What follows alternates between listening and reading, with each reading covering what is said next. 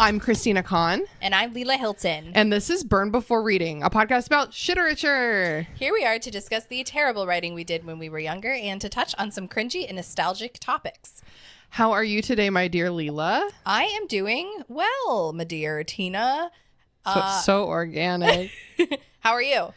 I'm good. I'm fine. Just kind of having one of those days where I'm like, what am I doing with my life? Have I made a single right decision?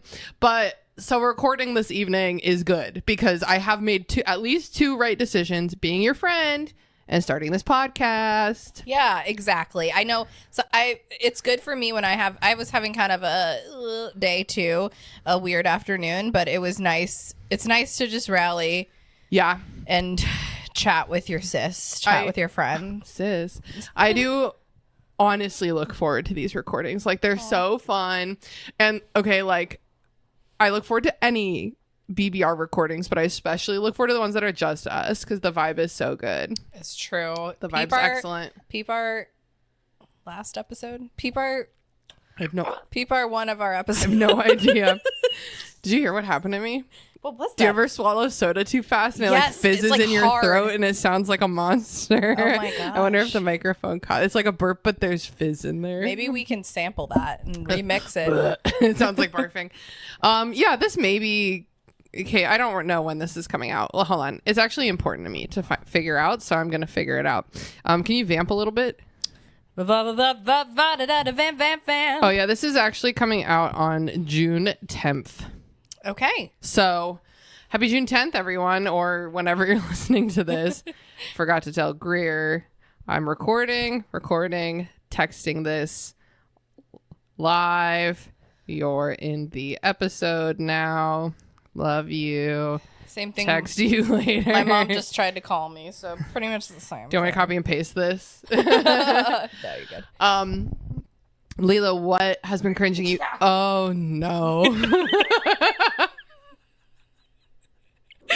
Okay, try again. It's either a sneeze or a yawn, as always with you. What has been cringing you out lately? Well, I got two ones. I got two. Two ones.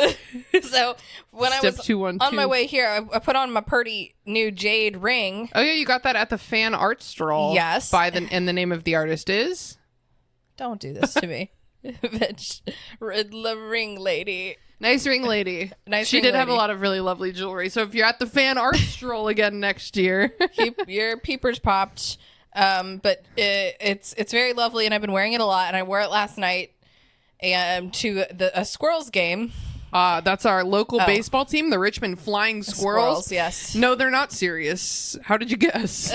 Yeah, which frankly, minor league baseball needs to be more unserious and on all accounts. I in my completely opinion. agree. But I was wearing this ring today, and I was like, I never noticed it had this lovely like yellow sheen to it. And then I looked closer and I tasted it because I don't know why I'm like this. It was dried mustard. It was dried mustard. I'm sorry. Right after the condiment talk too. Oh, I'll never recover from this. It was from my squirrely fries. Is that what they're called? Yeah, because they're curly fries. It's pretty cute. Okay. Oh. I guess that's cute. It was cute, but that experience was not cute. And I think I'm just gonna leave that as my cringe, and I'll save the other cringe for another day. Yeah, I have a couple actually in the queue. Okay. I've got cringes stored up.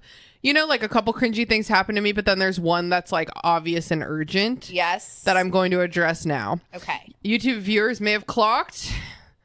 A little foot shot for you. I got an ankle brace on. Nothing makes you feel more graceful and lovely than a brace on one of your body parts. I've been known to wear a knee brace at times. But today I'm wearing my ankle brace. I've been wearing it all week because my ankle is slightly injured. I have very wiggly knees and ankles that are very prone to injury, which is bad for someone who is on her feet moving as much as I know perhaps almost no one that does not have kids who is more on their feet than me. That's true. I walk many miles a day just to feel the breeze and say hi to my neighbors. I'm constantly on my feet tidying my apartment, cooking every single day. I'm a walking bitch. So being injured sucks. I roll my ankle a couple times a year. No, I roll my ankle like twice a month. So what does that really mean? Is that like when you twist it kind of like? Yes, it's when you take a step and you like land sideways, which I'm sure happens to you because you wear platforms. Yeah, I was going to say I do that with heels a lot. Platforms are like very prone to rolling, and it's like usually no big deal. Like most of the time I roll my ankle and I'm just like, hope that one doesn't hurt, and then it doesn't. I didn't even actually roll my ankle but a lot of times it does hurt. Like once or twice a year, it's like that one was bad. This one, I didn't even roll my ankle. I got this from running around like a psychopath, half drunk in the sand at my brother's wedding, because I was in charge. My sister-in-law correctly put me in charge of yelling at everyone to do the right thing at the right time. You know, she's not an eldest daughter, but she has eldest daughter energy. She actually has one more daughter older than her who is super beta. Isn't that interesting? But I understand because I have this sort of situation with me. I forgot. I'm like, who am I talking to? Yeah. Okay. Well, I find it very interesting. So anyway, like eldest daughter, spiritually to eldest daughter, she was like, I can trust you to yell at your entire family to make sure they behave. And I was like, that is correct. So I was right when the ceremony was on the beach, and I was like running around putting my boutonniere on my dad, making sure the music was starting, till I was like sprinting across the sands, and I wasn't doing it carefully enough, and after that my ankle's just been fucked ever since, and that was like 2 or 3 weeks ago.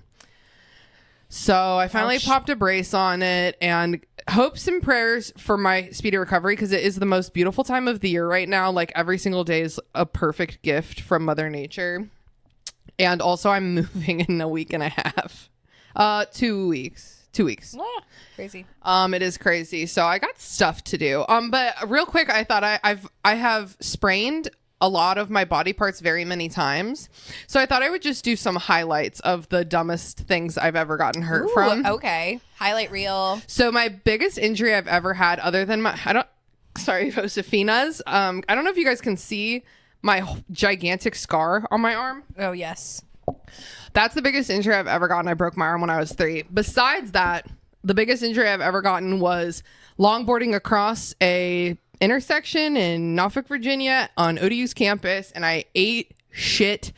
I hyperextended my leg, and it wasn't even my like grounded leg, it was my kicking leg. I somehow just like shifted in the fall I like shifted my energy, and so that knee has been fucked ever since. And like that knee and that ankle are very they're partners, you know, so when one of them starts hurting, the other one starts hurting because it's like compensating. So now the ankle like is as problematic as the knee. Okay, so I remember when I was in Girl Scout camp, I was maybe like 11 or 12. I sprained my wrist because I was talking to a friend walking backwards with my shoes untied. Just fell down, went plop, and caught myself on my hands, which you shouldn't do, and sprained my wrist. One time I sprained my ankle in a TJ Maxx trying on a pair of 6-inch heels because they were just so ugly I couldn't believe it. Yep, and they said, fuck you, bitch. They said, you're girl, ugly. Yeah, for real. One time I sprained or broke my toe because I didn't go to the doctor because they can't do anything for a fucked up toe. Yeah. All they do is tape it to the buddy toe next to it.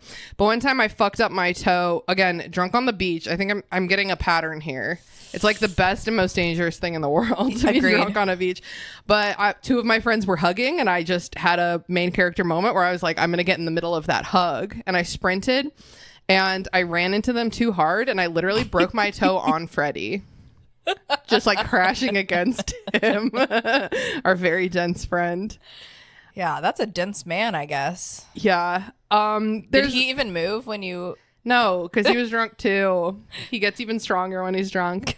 There's been a couple. One time I sprained my ankle because This was a reflex. I wouldn't have made this choice, but I was living in a shared house with 2 roommates at ODU, and I was just like walking across the living room, and there was I like started to step on some sunglasses that were on the ground. In retrospect, break those sunglasses. If they're cheap enough to be on the ground, break them. Yeah. But I reflexively was like, oh, don't step on those, and I sprained my whole ankle that way. God. I twisted. I rolled my ankle, but at first it like didn't hurt that bad, so I was like, you know what, I think it just needs to get stretched a little bit. I'm gonna go on a run. So I took Emily's dog Roscoe, may he rest in puppers. And we went on like a 3-mile run, and then when I got back, it hurt so bad that Emily came home and found me crying on the kitchen floor because I couldn't get upstairs on my own. Bitch. Why would you think the answer is let's go for a run? I thought I was gonna run it away. I was so young. Like, you have to believe I had not like this was before I injured my knee. This was before I had experienced like true injury, before I knew that I had like an ankle knee problem. So anyway, those are which one of those do you think is the dumbest? That one, definitely. The sunglasses? I hurt my ankle and then decided to go on a run. Yeah, that one's pretty bad. I really like the TJ Maxx ugly stilettos one. My parents, when I was like in high school and college, they were terrified of other children. They had so many rules. So even when I was in college, no one was allowed to drive my car. I guess I get it, but like, I was like 22 at that point. At 23, I was like, what if I'm drunk? You know, somebody like they just had this rule. So we were visiting, me and my boyfriend at the time, Joey, we were visiting my mom when I sprained my ankle in the TJ Maxx. And I was like, Mom, Joey's got to drive us back to school. And she was like, God damn it. Fine. So it was a big moment in my liberation. That's good. And Susan said, maybe it's worth it. Just reminded me of the other day. I was like, Jason, we're gonna go. Yeah, yesterday we're gonna go to the Squirrels game, and usually my dad's company pays for like a giant cooler of free alcohol as well as like free shitty burgers and dogs. Which hell yeah! This year they didn't. They just gave everyone $15 and said use whatever you want. But anyway, do you think that's because we have a new baseball stadium and the prices went up? I think it's because the prices went up. Their budget didn't go as far. Yeah. Maybe we should have kept the old beloved. That's what I said to my mom. I said, I miss the charm of the other one a little bit. Yeah. I was like, I'm not going to, of course, this one is more comfortable, but like the charm of the other one I do miss. And she was like, oh, you mean the smell of mildew and urine? I love that. We love Mom. that. So I was like thinking Jason would get a bunch of free drinks. So I was like, I can drive back. Like, I've been trying to say this my whole pregnancy. I'm like, go off, King. Like, and then I'll drive back. This is your one chance. Take advantage of it, yeah. And he was like, okay. And then... no free alcohol. Yeah, but actually he was like, still kind of like, maybe. And I could see in his head that he was still thinking, I would rather drive under the influence than deal with Leela's driving. Why? Don't you often drive?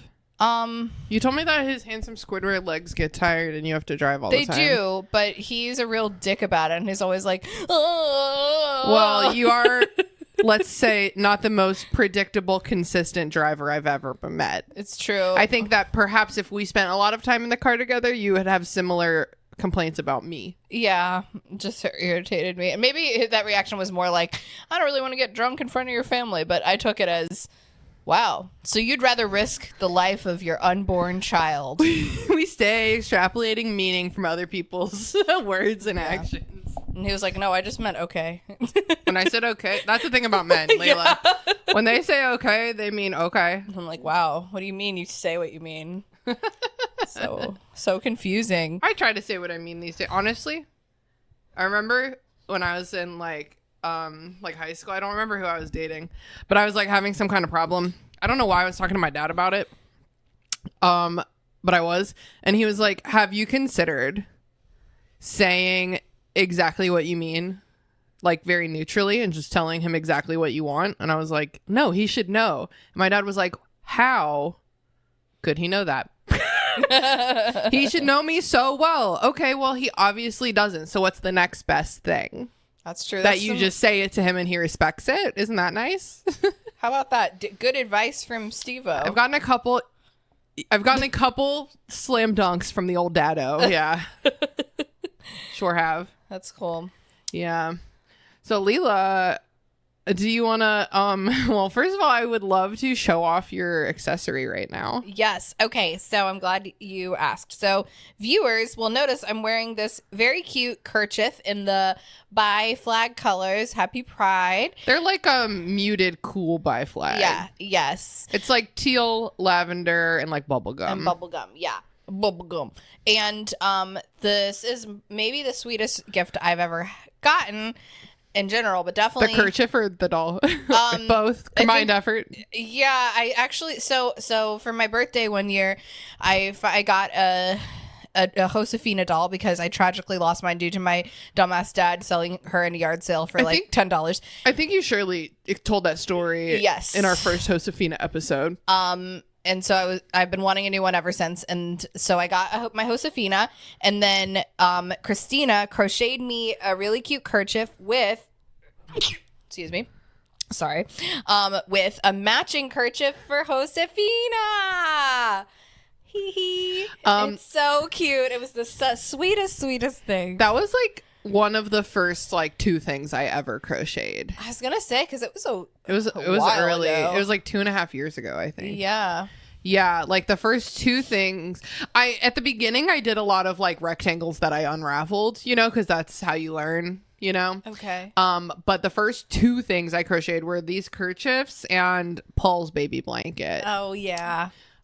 So yep, I'm getting better every day, guys. Yeah. I loved that, and she always wears it. I don't even care. I just need to get her an outfit that goes well with it. I see. Maybe you could riffle through my box. I'll do it. I think that when I move into the new place, and we have like a better, different kind of space, I think I want to do like a YouTube video of us getting our dolls ready for summer break or something. I love that. Yeah, absolutely. I've got clothes and accessories. Yeah, I recently, because I'm moving, I recently got my American Girl dolls and all of their accessories and clothes back from my mom, who I told her like 5 years ago to sell them. I was like, I'll never use those again. But then I started this podcast, and I'm learning that I'm sometimes like way too hasty about getting rid of stuff, because I'm having to rebuy all these books that I used to have that I got rid of that are now much more expensive than Mommy.50, that was bad, but that's how much they cost originally. Bless you. Oh, bless you, dear. Thanks. So here's my Josefina doll. She's ready for the show. She's holding her rebozo because rebozo, because she's got a little something going on. Today we're covering Josefina's Surprise, a Christmas story. So it's Christmas in June, y'all. It's half Christmas. In 2 weeks, it is half Christmas. Yes. So I've got Josefina. I feel like I wasn't talking into the microphone. I got Josefina in her winter capelet, with a little secret surprise underneath for the YouTube viewers. She got a little Santa hat under there. Papa Noel. I do have a picture of Penny wearing this Santa hat. Amazing. Yeah. So Leela and I both have our Josefinas. And they're 2 different. They're both wearing. I can't stop. Do you need something? No, I don't think anything. I can't. Nothing will help. I'm sorry. Did you put your face in Penny? No. Well, that's your only guess. Yep. Okay. Is there a poplar tree nearby? Mayhaps. Mayhaps. Couldn't tell you. So yeah, they're both wearing their traditional outfits. Mine's got a Santa hat and a winter capelet.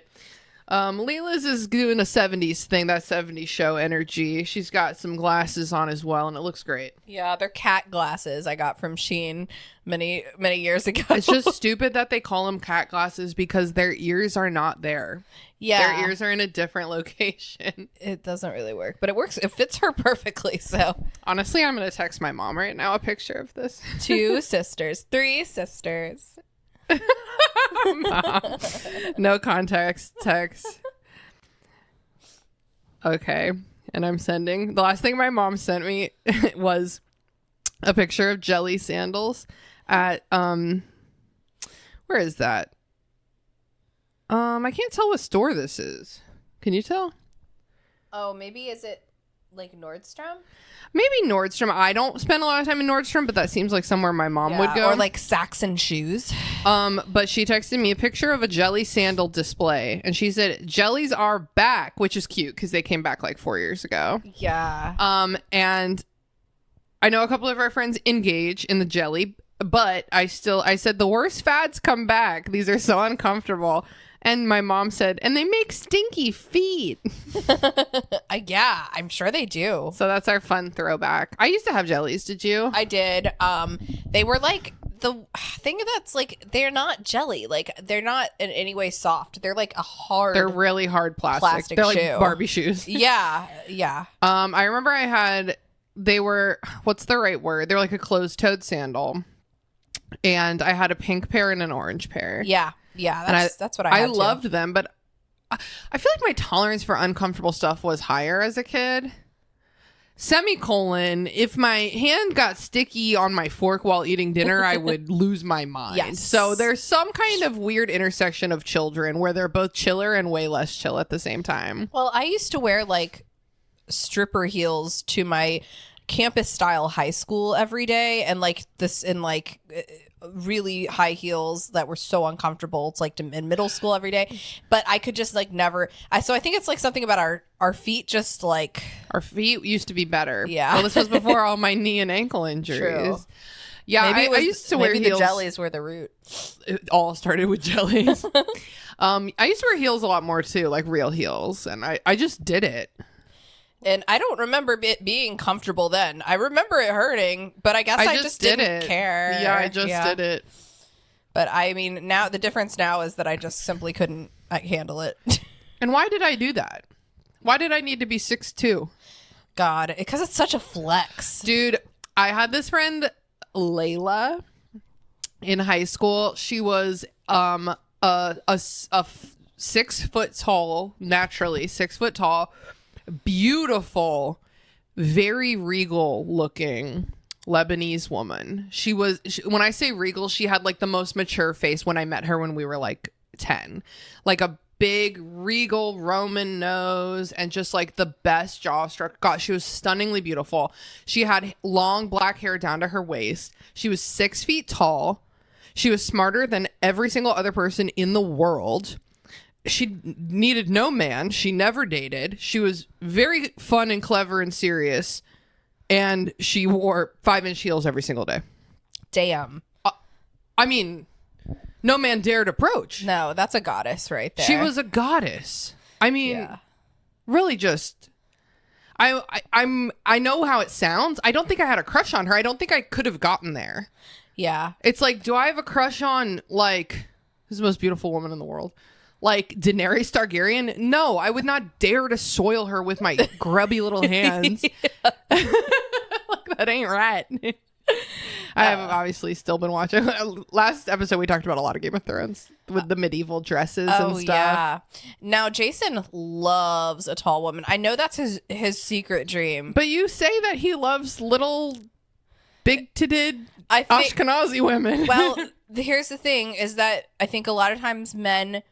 I feel like I said this the other day. Men think that they have a specific type. I think we were talking about Sean. Men think that they have a specific type. Oh, yeah? And then, lo and behold, some other type of woman who is also cute is into them. They're like, wait. What are they going to say, no? I guess that I just like women. Yeah, I guess I like women who like me. Because the whole time I was married to Sean and dating Sean, he said this way more than one time, that his type was athletic brunettes. And I'm just a fat blonde. It's opposite of you. It's not that athletic.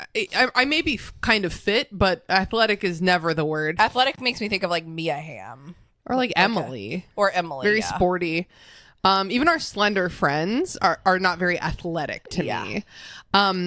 But he's dating another person right now who looks just like me, allegedly. Yeah. So what is your type, idiot? I always told him I was into gigantic blondes, and I do have one of those now. So there you go. That is my type, actually. Good job. Well done. Yeah, thank you. Well done for the follow through.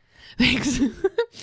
We're stalling because I don't know how we're going to talk for even a 45-minute episode about Josefina's surprise. So all of the American Girl series like follow this same pattern. Book 3 is This Girl's Surprise, A Christmas Story. Isn't it cool how every single culture in the world celebrates Christmas? It's amazing. Oh, I'm sorry. Every single culture in America. Because like what's the situation for the Christmas episode for like the Native American one? Are there? Yeah, I'm gonna Google that real fast. Is there a single Jewish American Girl? Yes, but she's newer.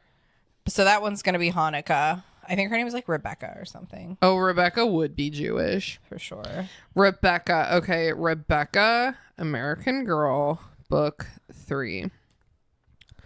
Book 3, is Candlelight for Rebecca. Oh, nice. Okay, what about the Native American one? I don't know her name. Kaya, yeah.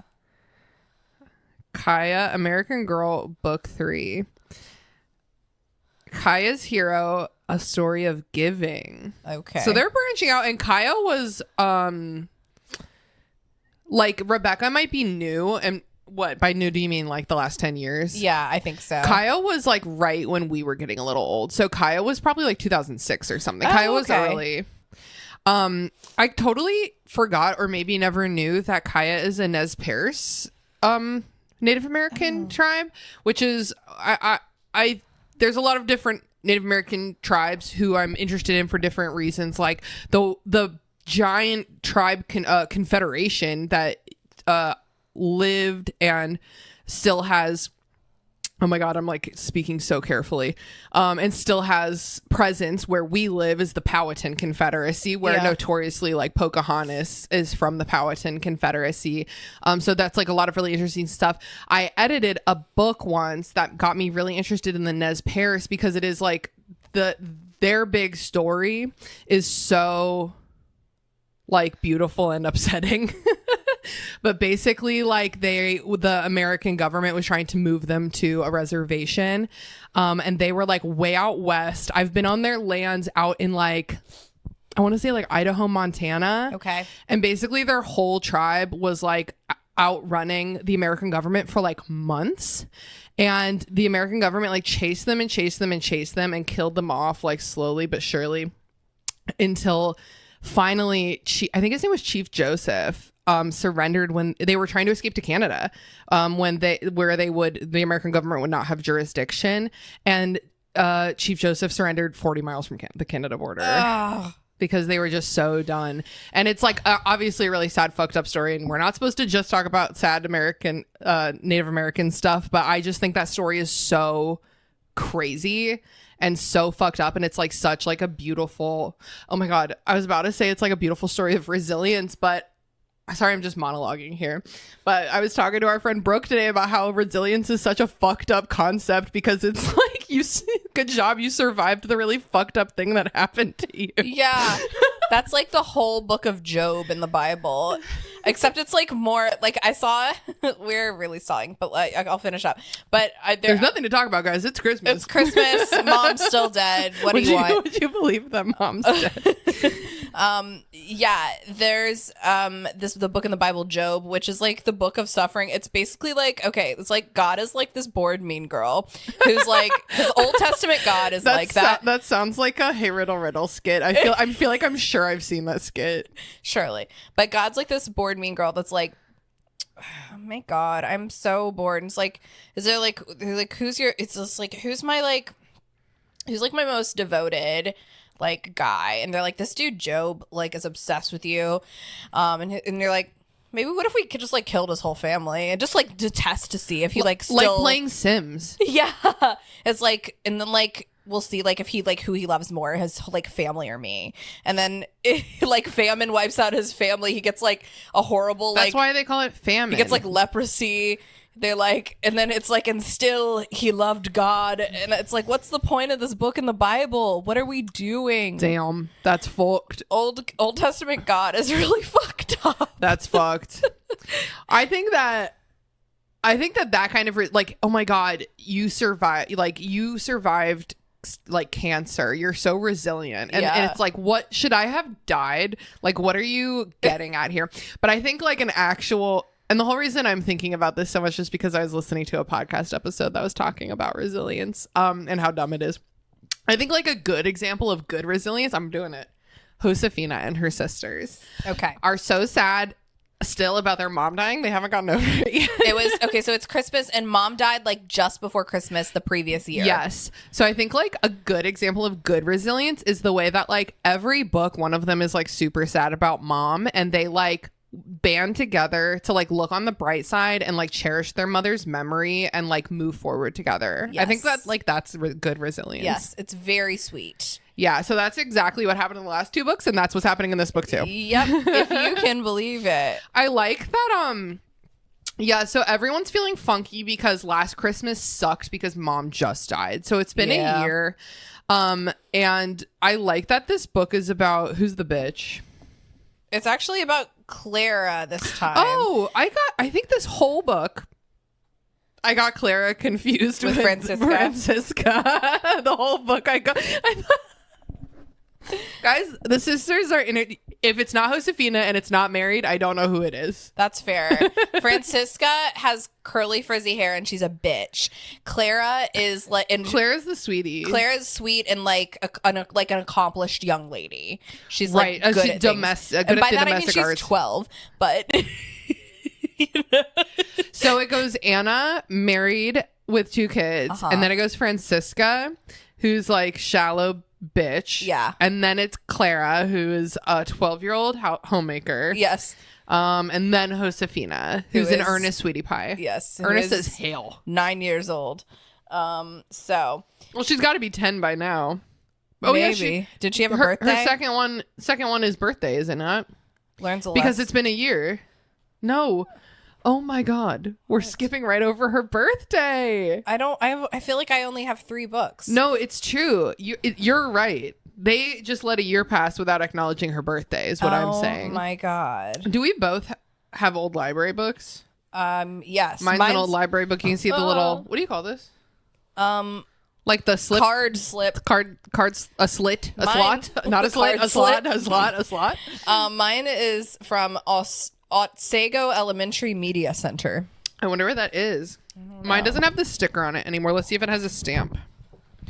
No stamp. This would be a nightmare to stamp anyway. Oh my God, that reminds me that our friend Mary Clay, she's been on the show before. Do you remember she came on to talk about Exhibit F, the guy who sued Amazon because he thinks they ripped off his Lord of the Rings ripoff? What? I like barely remember that. It's what the hell? It's a really good, funny episode. I'll You should need to really listen to it. But anyway, Mary Clay bought a stamp. Reasons unknown. Not really sure. I think she's been into junk journaling recently, so I think that might be for junk journaling. But it's a stamp that you can make any word with. So her first word was fuck. But she put them in. She put the letters in like left to right. But then when you like turn it over to stamp it, it was like cuff. But then she sent us a picture where a page just said fuck 45 times. That's so fun. Imagine if you got mad at someone, you could just stamp their forehead. Yeah. Fuck. Yep. Okay, so all the character development that I thought Francisca was undergoing, Clara was undergoing. But Francisca must not have said almost anything in this book. No, that was the last book when she gets to have lines. I see. And that was Francisca, not Francisca learns a lesson. Francisca will never learn a lesson. Do you remember what Francisca's role was in that book? What was the lesson? Oh my God, wait, I remember that Josefina learned on the cover she's writing, but Josefina learns a lesson. She actually learns 2 lessons and neither one of them are how to write. Yeah. Do you remember that? It's like my mom, it's like I'm worried because her first lesson was like she was worried that like she was forgetting things about like her mom's voice and like memories about her mom, but like she realized that her mom will always be a part of her or something. And Tia Dolores had a little book of all the funny things and poems her mom ever said or whatever. Yeah. And then the second lesson was like how to embroider like her mom or something like that. Or no, the wool. They had to make money back after the flood. They made wool blankets. It was how to weave. Yes. That was her lesson. Guys, I know we already recorded an episode about that book. I'm so sorry. And at least there was something to talk about with like the mention of a Native American. I have a question for you. Teresita is mentioned again in the Josefina and Friends Meet the Crew. Is that I Dolores' don't remember. girlfriend? She didn't come up I at all. wish. No, that's maybe. No, that's the Native American servant. Oh yeah, Teresita. Does she come up in this? She must have. If she's mentioned, she must have had something. Unless, honestly, I don't remember. Honestly, like, okay, from a publishing perspective, if this is the third book that looks the same in a series, you copy paste that file and you plug in new images. You plug in a new cover image and like new text. Okay. So they literally might have been like, yeah, the family's still the same. Yeah. Okay. Okay. Could be. So this book is about, it's like Christmas time, and obviously they're all doing domestic labor with Tia Dolores because that's everything that they always do. Yep. And they're talking about this doll. You want to talk about the doll? Yes. Her name is Nina, which means. Oh my God. Do you remember we were talking recently about What? Greer's ex hookup, Nina? Nina. Why was I thinking about that today? I don't know. Because just funny, stupid story. Yeah. But the doll's name is Nina, which means girl or she. It sure does. I think it means girl because she is Aya. If your name is Ella, that means she. That's true. There's a book that's just called She. I think it's about like a goddess or something. I read it a long time ago. It's like 70 pages long. Okay, so Josefina. Okay, so we find out there's this doll. Ever heard of them? And oh my God, it's Dollception. Dollception. I was really okay. So story was really relatable to me. I'll just explain it. Okay, so we found out there's this doll that Mama made for Francisca, for the eldest daughter. That's Anna. For Anna, the eldest daughter. They're hard to keep track of, guys. Don't have more than 3 daughters. You'll lose track. Too many girls. That you'll have to assign them each their own whistle because you can't remember their name. Brigitte.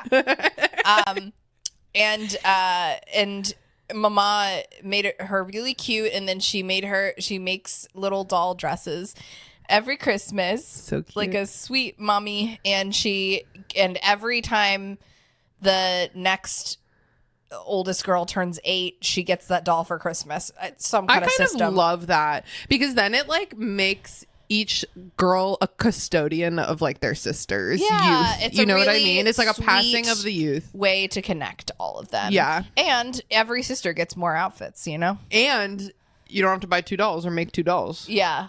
in that economy. They have to all share one doll. So Josefina didn't get the doll, which she should have gotten the doll last Christmas. Oh yeah.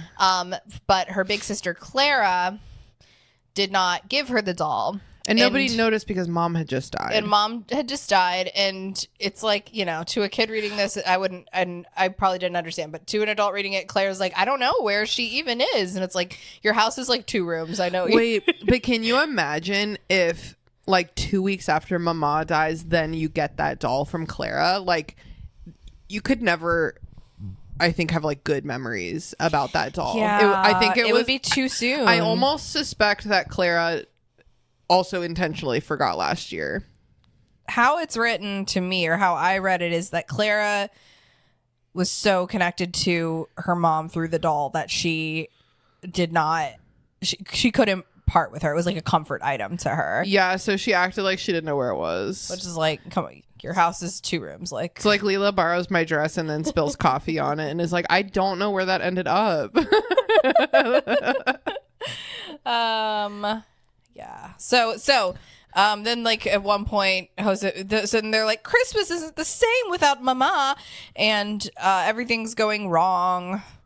Her nice, what is this thing called again? The blanket. It's the altar cloth. Altar cloth, which it's like a thing they do at the church. It literally is just to cover the altar prettily. Oh, okay. I like, that's all I think. Like, I think most churches have one. It's just like a tablecloth because no one cares. Yes, but of course this one was like lovingly and beautifully embroidered and made by Mama. One thing I love about this culture is that nothing is plain. Yes. Like, everything is beautiful. Like, everything is designed with intention, handmade. Like, I love it so much. Me too. It's like, even I think I love it because even like her family is definitely privileged compared to like the village, villagers. but they're not rich, and it's like they still take the time to make sure things are beautiful.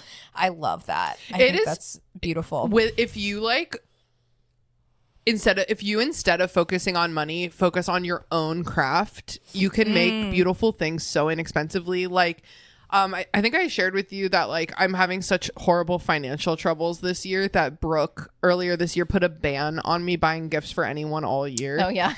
Only exception being Baby Hilton. But so everyone literally all year is just getting crocheted gifts. That's all I got. That's all I got, guys. I love a crocheted gift. That happened after your birthday though. Okay. But I love a crocheted gift. Yeah. I think we're at this point where now it's like a nice handmade gift is actually so meaningful. Give me something I want to hold on to. Yeah.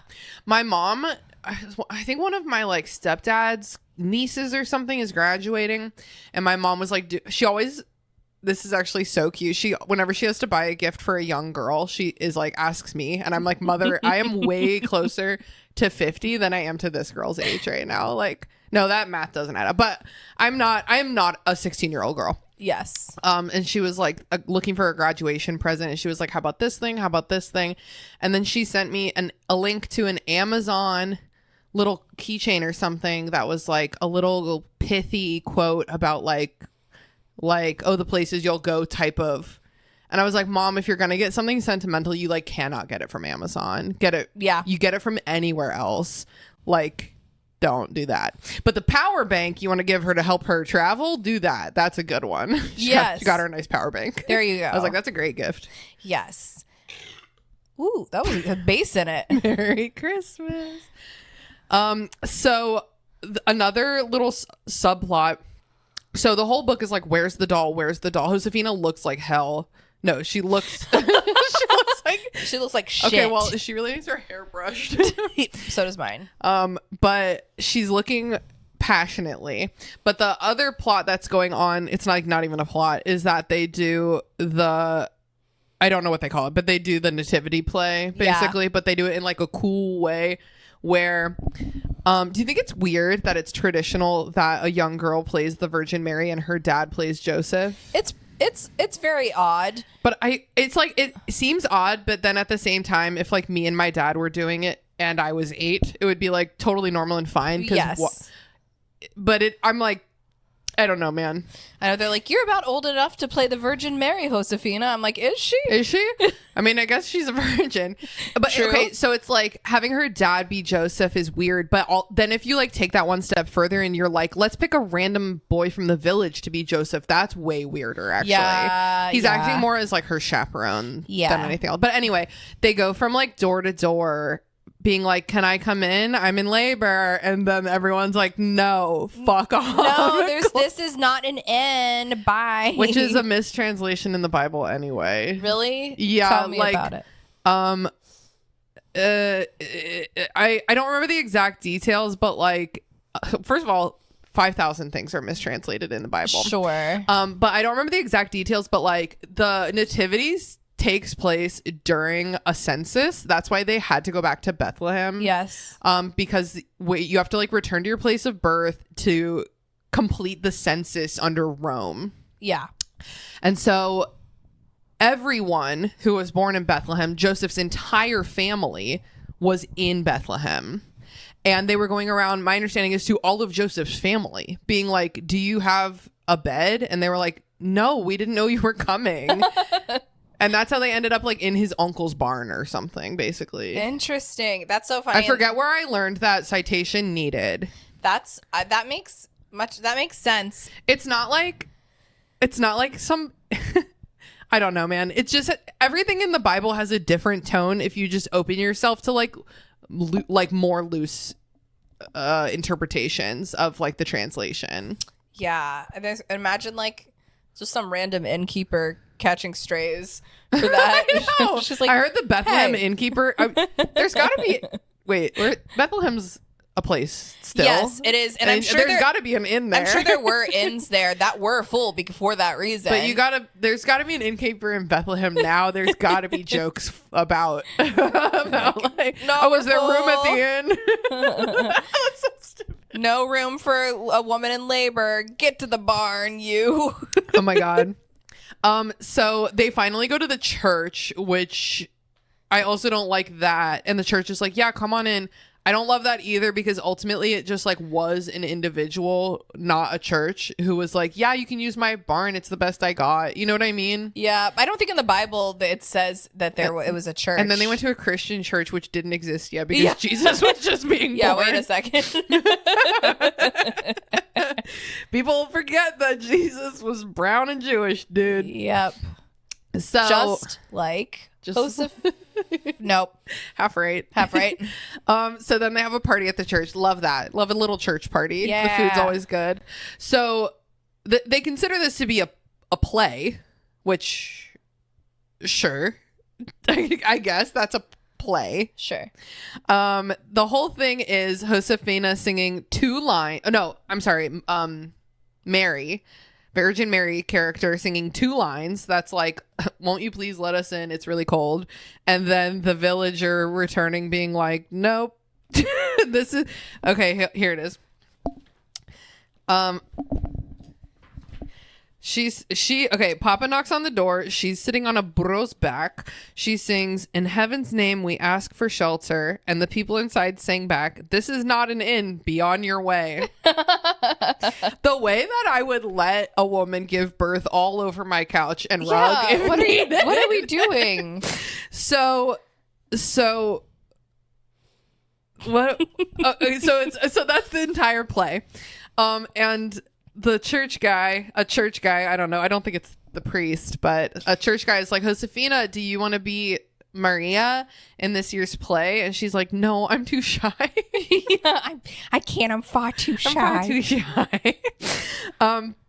So this other girl, what? Magdalena, something with a long M name. Can't be Maria. Let's see. But this other girl, Marcella, she has a long name. She gets cast. But oh no, there is a Tia Magdalena. That's her. That's she works at the church. I wasn't wrong. I thought I was being dramatic by saying Magdalena. It's Margarita. Margarita. So Margarita night, Christmas Eve, gets sick, and they're like, "Oh my God, who will play Maria?" And Josefina's like, "I think I'm ready." And so the surprise is Josefina's courage, but then the other surprise is the doll. It took me a second. The doll. The child. It's very cute because Clara gives her the doll. Clara, it's already been established, is like the most accomplished of the sisters. She's the best, like, seamstress. She's really good at everything. She's really good at every time woman's Francisca's work. like, I hate this. Clara's like, can I help you? She's like, I'll just do it for you. And Francisca's like, okay, she's fine. like, do you remember at the end of the last book, she was like, I actually hoped someone would finish my dress for me. We're like, we know it was not subtle.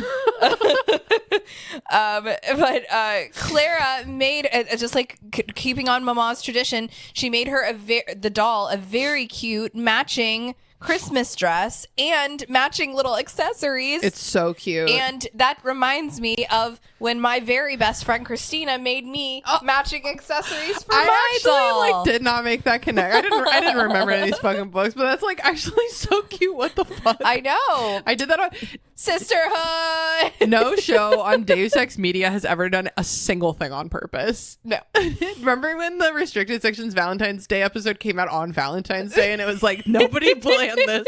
Nobody planned this at all. You're like, wow, look at us go. Look at us go. So here's the matching fits. They're very cute. I wish I had them. I love for the dolls. Headpiece, especially. It's so dramatic. Yeah, it's like a veil. Yeah. It's like a veil of death. It's like a veil on a little bun piece. Yeah, she looks good. She looks really cool. So I like to think that I'm burping so much because I'm drinking a soda. No sodas during recordings. I like to think that so how old is Francisca? She's like 15. Yeah. So I like to think that in like 5, maybe even 8 years. No.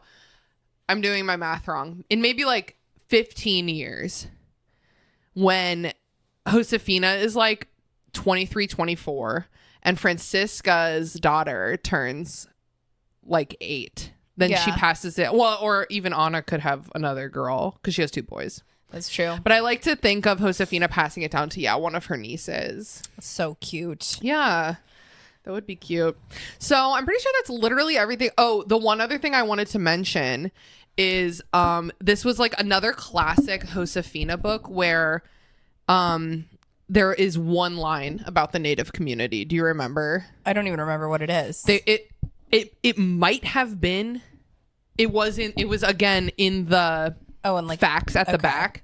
They might have had a line in the narrative, but it literally is like, here's how Spanish people in New Mexico celebrated Christmas, and then it says the Pueblo Indian villages of New Mexico celebrated Christmas too. And it basically is like, the colonizers would show up and all the natives would dance. Oh my god. Afterward, visitors like Josefina. So what I'm extrapolating, the way that they write this is really sweet. Okay. The settlers often visited a nearby Pueblo village to watch the Christmas dances. Almost everyone in the Pueblo village would take part in the dances, which were usually performed to the slow, steady beating of drums and lasted most of the day. Afterward, visitors like Josefina's family would be welcomed into the homes of the Pueblo people to share a festive meal. So, like, the way that I'm reading this is that the colonizers would take their religion to the Pueblo communities, and the Pueblo people were like, okay, I guess if you want to like celebrate and eat, that's cool, but they're also like taking time and food from the Pueblo people to celebrate their own holiday. It doesn't sound like they're bringing anything. It doesn't sound like they were invited. Like, yeah, we like Christmas too, come on over. Like, I don't know, man. Oh my god. None of these so far have been written through a colonialist lens. None of these are looking at the ramifications of Josefina's people settling where they did. The language they use betrays that. The way that they say settlers, they're settling this land. Whose land is it? Yeah. Nobody lives here because they don't have God. Before? They literally used to think that if you didn't have God, you weren't a person. Yeah. Didn't have a soul or whatever, right? Yeah. So, just something they could do better on. Yeah. Valerie. So, okay, this one was written by Valerie. This was 2 authors. I couldn't remember. I think it was just Valerie Tripp on the previous ones, but I could be wrong. Too. I packed them already for the move. This is Valerie Tripp and... Oh, just kidding. It's still just Valerie Tripp. I just got the illustrations. Okay. Oh, yeah.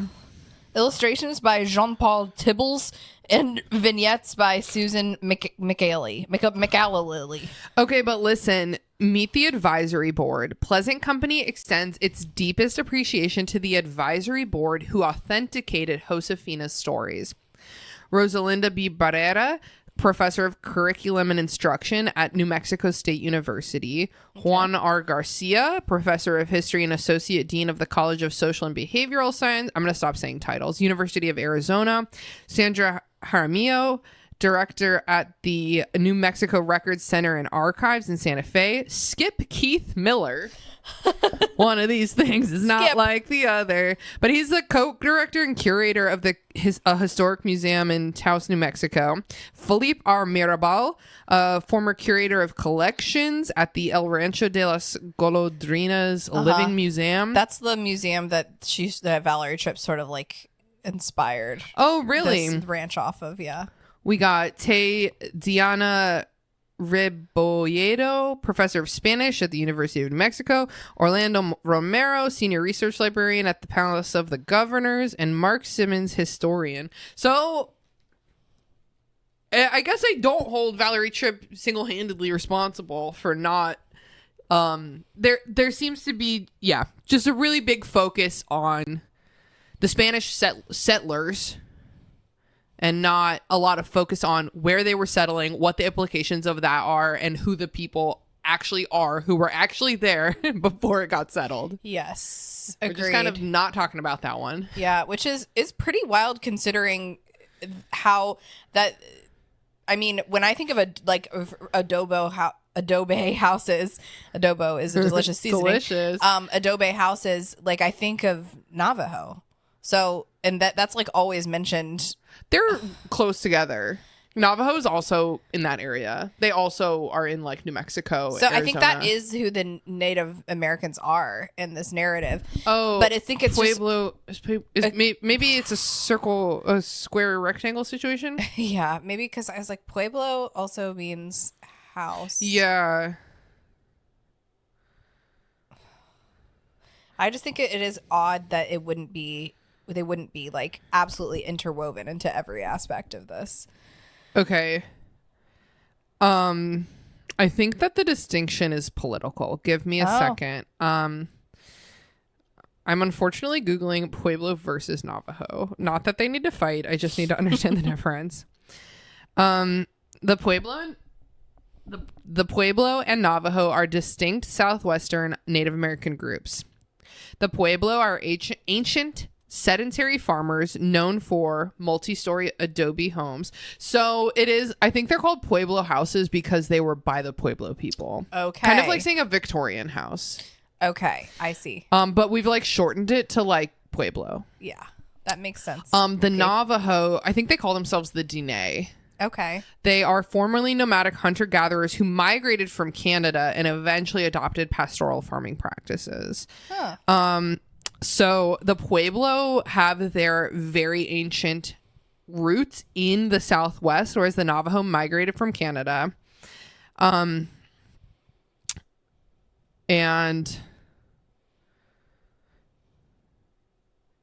I think that the Pueblo had like a lot fewer smaller villages that they settled, and the Navajo has like a giant area.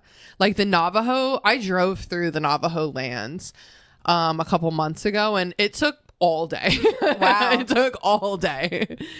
Yeah, so I do think they're distinct. Okay. Yeah, pretty cool. Would have been cool if we learned that. Yeah, would have been cool if we learned that, but whatever. Well, we did eventually. They're like, don't worry about the Navajo. They're not exactly right here. Okay. Got it. Maybe on the bonus show, we should do an episode about the Navajo code talkers. You know that? Oh. Are you familiar at all? I'm not. Basically, I think it was World War II, might have been World War I, but they needed like a good code that the enemy, the Germans, I guess if it was World War II, couldn't break. And they were like running out of ideas, so they ultimately used Navajo. That's so smart. Yeah. Because like what German would possibly... How could you get Navajo without being deep inside our like West? Yeah. Like that's not like New York City, you know? No. It's like, so that would be a cool bonus episode. Yeah. Okay. I like that. Okay. All right. Well, I don't have anything else to say about Josefina's surprise. Merry Christmas, Josefina. Merry Christmas, dolls. Yep. And dolls. And dolls. Happy Pride Month, dolls. Yeah. Pride Month continues despite the fact that we don't have a ton of gay stuff. Yeah, but hey, you never know. Maybe Tia Dolores and Teresita are dating. I hope so. You know, in the past years, we haven't really done a ton of stuff for Pride Month because it's like we don't want to invite queer authors to come on and like roast their queer stuff. Yeah. I don't know. There's just something that feels wrong about it. And also, it's like, I don't know. We have queer authors on all the time, but something about it feels a little gimmicky. Yeah, we don't want to be performative in any way. Which I don't think we are because we just are queer and our whole entire community is queer. But I was wondering, Leela, if you, not that we would cover this year, but like, are there any like throwback nostalgic books that you can think of that had queer vibes at all? I don't feel like I was reading anything like that at the time. No, I don't even know what was accessible to me at the time. I don't think like anything was really. Yeah, I can't think of anything. Maybe we'll brainstorm, and maybe listeners, you can like maybe if you have any ideas, let us know. burnbeforepod@gmail.com or burnbeforepod on Instagram. Before we go, I would love to plug a podcast I've been listening to. Okay. I actually texted you about this already. Oh yeah. But I just wanted to plug the Magical Overthinkers pod by Amanda Montell, who is one of my like professional crushes. Am I interested in her sexually and romantically? I don't know because I don't know her, but she has the exact career that I wish I had. Mm-hmm. You know, I'm like, I want to be her. Also, when she got married last year, her wedding dress had fairy wings, and I was like, oh, you're so perfect. Yeah. But Amanda Montell is a very cool sociolinguist who she's written 3 books. Her first book is called Word Slut. Her second book is Cultish, The Language of Fanaticism. And her third book is The Age of Magical Overthinking. She hosts one of my other favorite podcasts, Sounds Like a Cult, which I'm sure we've talked about before. But I recently honestly, when she launched her second podcast, the Magical Overthinkers pod, I kind of was like, if it's just going to be her without her co-host, I don't think I want to listen really. But I actually have found I've been binging it lately, and I have found it to be like so extraordinarily good, because on her Sounds Like a Cult pod, she's like with other co-hosts, and they're kind of doing like, they're being more performative on Sounds Like a Cult. But on Magical Overthinkers, she's just being like really vulnerable about her own anxieties, basically. So every episode is like overthinking about toxins, overthinking about death, overthinking about resilience. That's what I was talking about earlier. Oh, interesting. Just okay. stuff that is like stressing her out personally. And because she's a millennial, she's like right around our age. A lot of it is just so relatable. And it's just her being really vulnerable with an expert in the field. So every episode starts with her just like word vomiting about this anxiety she has for like 5 minutes. And then she brings on a guest, and they have like a really good, authentic conversation about it. And it is always just so raw. And I love when like academics and like really smart people kind of just like are so raw and real, you know? Yeah, it's really refreshing. Yeah. And they always just have really good conversations that like, and it also helps you be like, okay, this is like the parts of this that you should be worried about, and this is the parts that you shouldn't be worried about. So like in the resilience episode, it was like, you shouldn't be worried about your own resilience. You should be worried about forming a community around you that can give you resilience when you are low on it, basically. Don't be so worried about like capitalism has made you feel like you need to be resilient on your own, but the reality is that we are only resilient as a community. Yeah. I just highly recommend that podcast. There's a good backlog now. It's been going for maybe like 2 years. So yeah, there's a pretty good backlog that I'm still catching up on. And I just really wanted to plug it.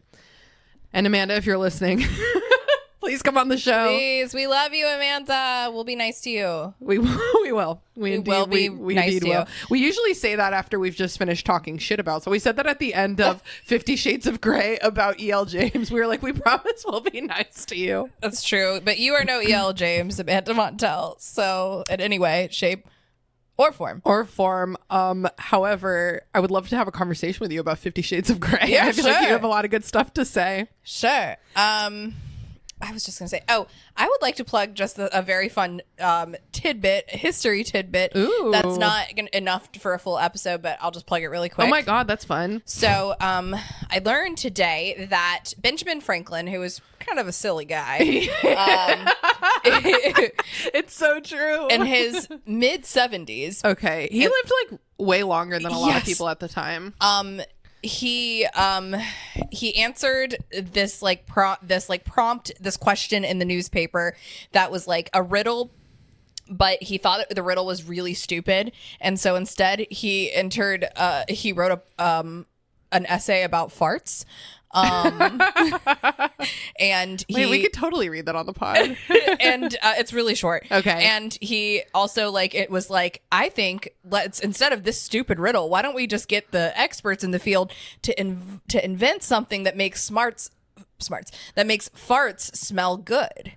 Huh? And then everyone was like, that's crazy. You're a kook. And he was like, I'm 75. So anyway. Every picture I've ever seen of him has that exact energy.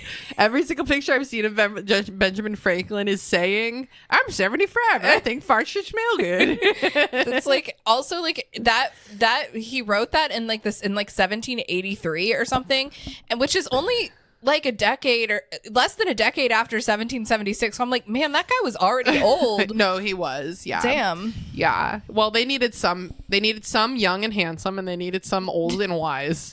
Old and naked, old taking and wind baths. Yeah. Benjamin. He's the one that I feel like I always forget was not president.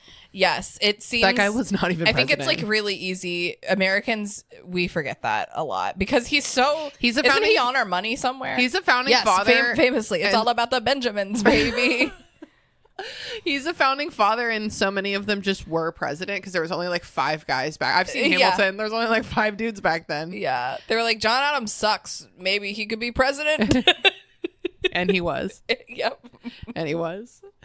Well, that is it for Burn Before Reading. Until next week, remember, your cringe is part of you, but only a small part of you. Only a dull part of you. Thanks for listening to Burn Before Reading. Created by me, Christina Kahn. Hosted and produced by Christina Kahn and me, Leela Hilton. Logo designed by Michael Hardison. Follow him on Instagram at RoyGBivRVA or check out his work at wildlingpress.com. Theme music by Sakura Wishes. Find me online at tbr.tinabereading on Instagram. Find me at Leels for Reels on Instagram. Join us on Patreon for access to our Discord server, monthly bonus episodes, and other fun stuff. Find video recordings of most of our episodes on YouTube at Burn Before Reading. Follow the podcast on Instagram at Burn Before Pod or email us at burnbeforepod@gmail.com. Thanks for listening, friends. See you next time.